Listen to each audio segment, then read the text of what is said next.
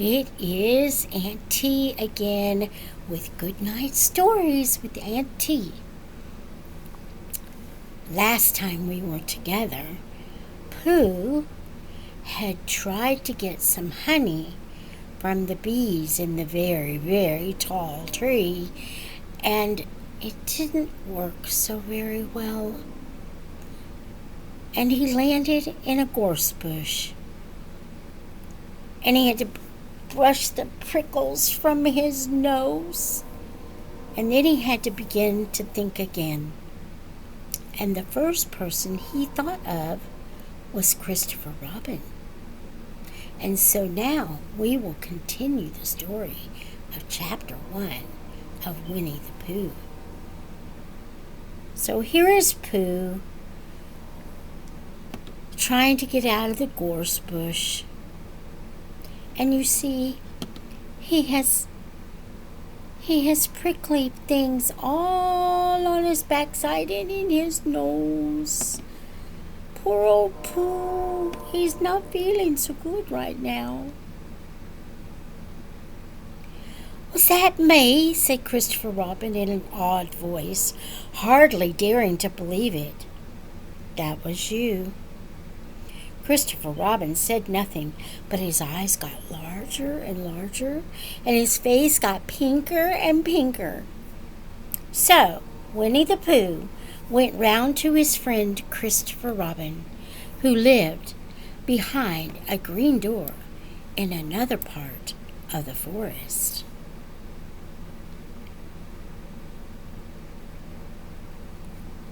And there is Christopher Robin with Pooh in another part of the forest.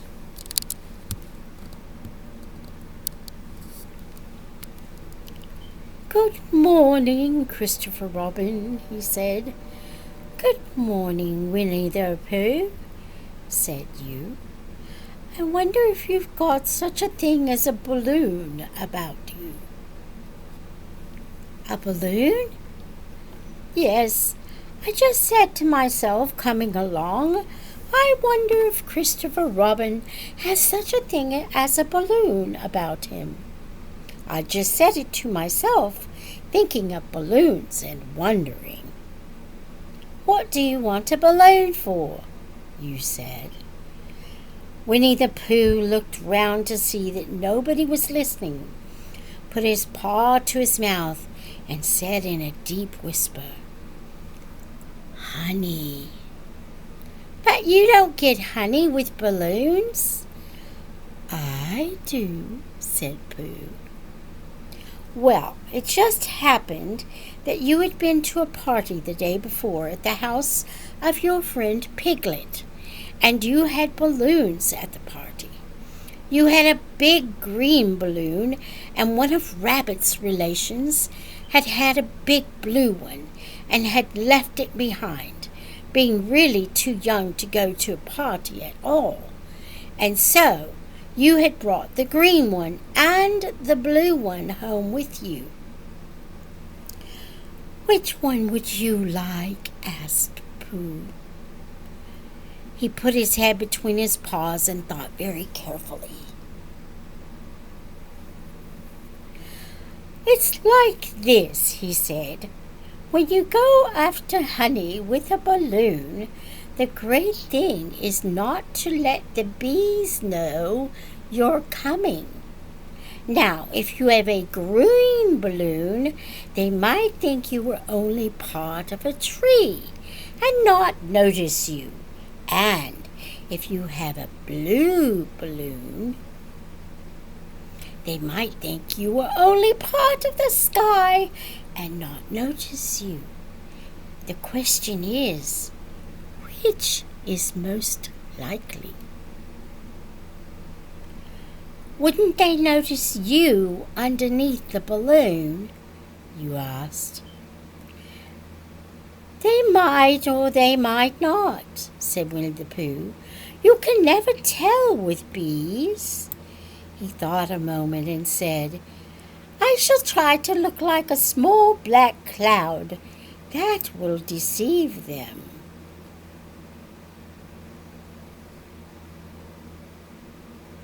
And here he is, blowing up a balloon.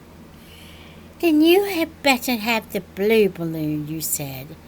And so it was decided. Well, you both went out with the blue balloon, and you took your gun with you just in case, as you always did.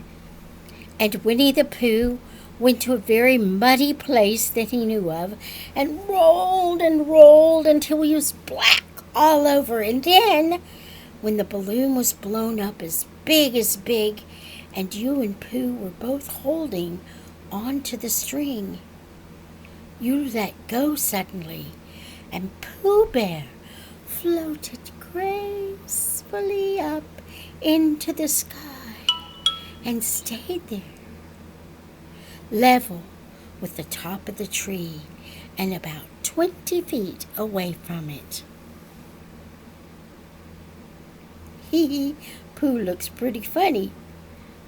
Hooray! You shouted. Isn't that fine? Shouted Winnie the Pooh down to you. What do I look like? You look like a bear holding on to a balloon, you said. Not, said Pooh anxiously. Not like a small black cloud in a blue sky. Not very much. Well, perhaps from up here it looks different, and as I say, you can never tell with bees. There was no wind to blow him nearer to the tree, so there he stayed. He could see the honey. He could smell the honey, but he couldn't quite reach the honey. After a little while, he called down to you. Christopher Robin, he said in a loud whisper. Hello. I think the bees suspect something. What sort of thing? I don't know, but something tells me that they're suspicious. I wonder what gave him that idea. Perhaps they think you're after their honey. It may be that. You can never tell with bees. There was another little silence, and then he called down to you again. Christopher Robin? Yes? Have you an umbrella in your house? I think so.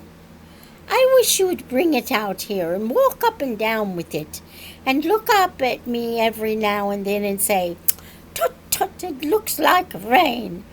I think if you did that, it would help the deception which we are practicing on these bees. Well, you laughed to yourself. Silly old bear! But you didn't say it aloud because you were so fond of him, and you went home for your umbrella. Oh, there you are, called down Winnie the Pooh as soon as you got back to the tree. I was beginning to get anxious. I have discovered that the bees are now definitely suspicious. Shall I put my umbrella up? You said.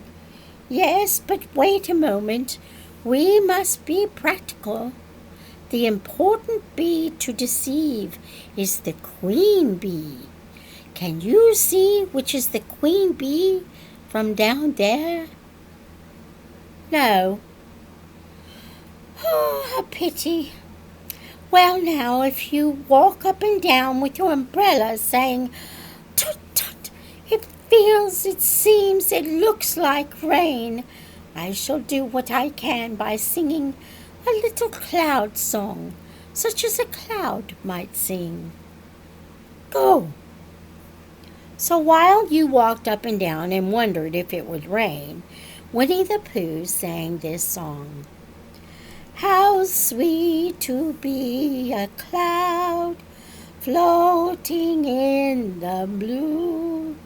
Every little cloud always sings aloud.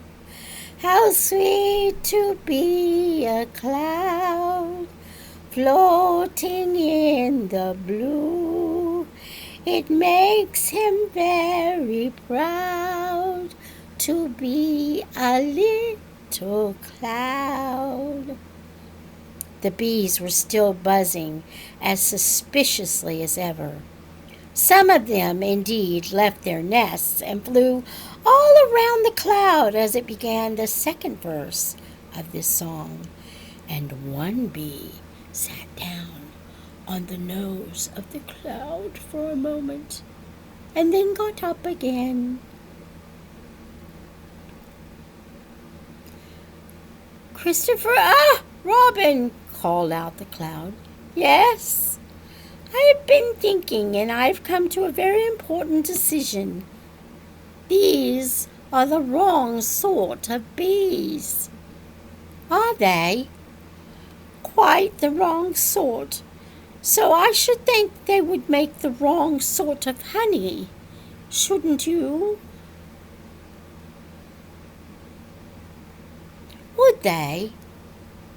"Yes, so I think I shall come down." "How?" asked Hugh. Winnie the Pooh hadn't thought about this. If he let go of the string, he would fall, boom, and he didn't like the idea of that.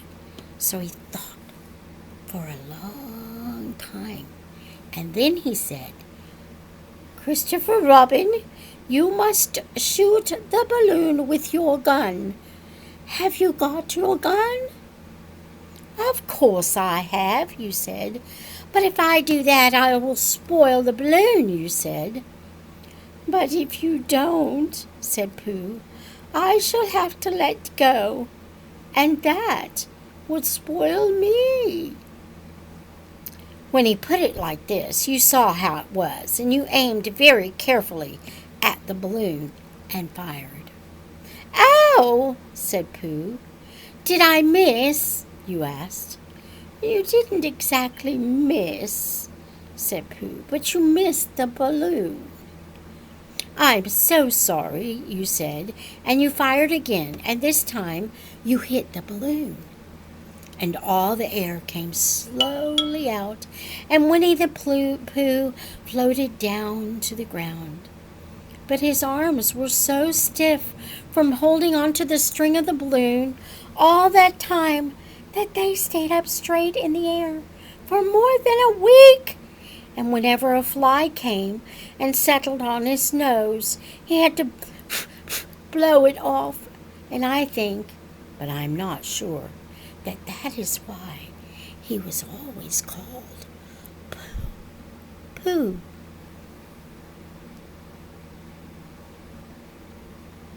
"Is that the end of the story?" asked Christopher Robin. "That's the end of that one. There are others. About Pooh and me, and Piglet and Rabbit and all of you. Don't you remember?" "I do remember, and then when I try to remember, I forget. That day when Pooh and Piglet tried to catch the heffalump, they didn't catch it, did they?" "No. Pooh couldn't because he hasn't any brain. Did I catch it?" "Well, that comes into the story." Christopher Robin nodded. "I do remember he said only Pooh doesn't very well. So that's why he likes having it told him again. Because then it's a real story and not just remembering." "That's just how I feel," I said. Christopher Robin gave a deep sigh and picked his bear up by the leg and walked off to the door, trailing Pooh behind him. At the door he turned and said, "Coming to see me have my bath?" "I might," I said. "I didn't hurt him when I shot him, did I?" "Not a bit." He nodded and went out, and in a moment I heard Winnie the Pooh, bump, bump, bump, going up the stairs behind him.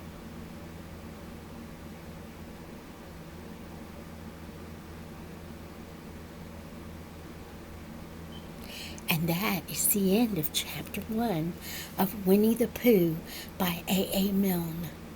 There will be more stories, many more stories to come. But for tonight, good night, and let's say our prayer.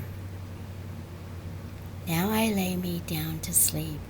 I pray the Lord my soul to keep. Angels watching through the night, wake me with the morning light. See you later. Good night, my sweet friends. Good night.